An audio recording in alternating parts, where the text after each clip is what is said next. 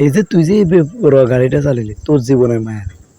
ঠিক আছে, ভাবলাম তুই একজন মানুষ নয়, হেল্পার একজন মানুষ, তার জীবনের মায়া, তোদের জীবনে এই যে 40-45 জন মানুষের জীবনের মায়া তো আছে, তাদের পরিবার তো আছে, তাদের পরিবারকে কে দেখবে?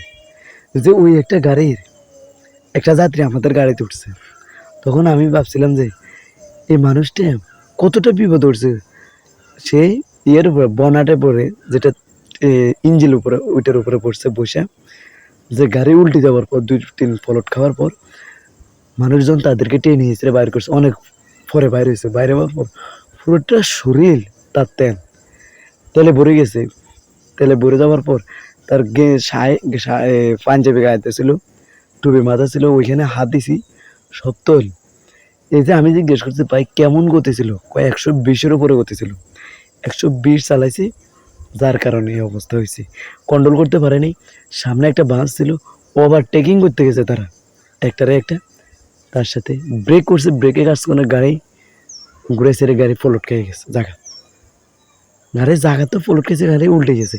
এই যে এরপরে আবার দেখছিলাম যে আরেকটা মাইক্রোবাস উল্টে ড্রাইভার মারা গেছে। মানে কতটা গতি চালাইতে, এরা বাইসা যাস না, যে জায়গা 6 ঘন্টাতে যাবি ওই জায়গায় 8 ঘন্টাতে যায়। জীবনে গাড়ি তাড়াতাড়ি যাওয়ার চেয়ে ধীরগতিতে যাওয়া ভালো। দ্রুত না গিয়ে 2 ঘন্টা পরে যাই, এত পারাপারি তো। গরম ভাত তো আমাদের ঠান্ডা হয়ে যাইতেছে, ঠান্ডা হয়ে গেলে ঠান্ডা, আমাদের জীবনের তো সবচেয়ে মায়া। এই যে আরেকটা ওই বলতেছে এমপি বলতেছে এগুলো ছোটোখাটো জিনিস, আপনার জন্য ছোটোখাটো কিন্তু তাদের পরিবারের জন্য ছোটোখাটো না।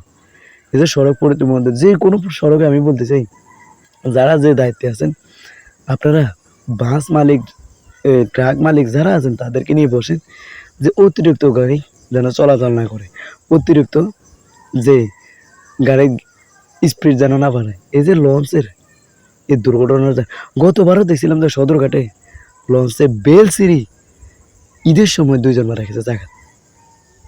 তাহলে এইগুলো কে দেবে দায়, কে নিবে দায়ভার? কেউ নেবে না। আজকে মনে রাখবে 2 জন, মনে রাখবে অনলাইনে, 3 দিনের দিন সবাই বলে যাবে। এটাই হয়েছে বাংলাদেশ। একটা নিউজ পড়বে, নতুন নিউজ পড়বে, পুরাতন নিউজ সবাই বলে যাবে। আপনি দেখবেন যে আগের নিউজ, কত নিউজ আছে, এখন কি এগুলো আছে?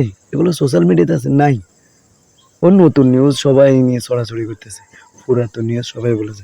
বলে কি bus driver, truck driver, launch guard, মোট গার্ড যাটা আছে তাদেরকে নিয়ে বসেন, তাদের স্পিড নিয়ে কথা বলেন, যে না এত স্পিডের উপর গাড়ি উঠলে জরিমানা, একটা দুইটা ধরেন দেখবেন সব ঠিক হয়ে যাবে। তাহলে এরকম গতিতে গাড়ি চালাবো না তারা।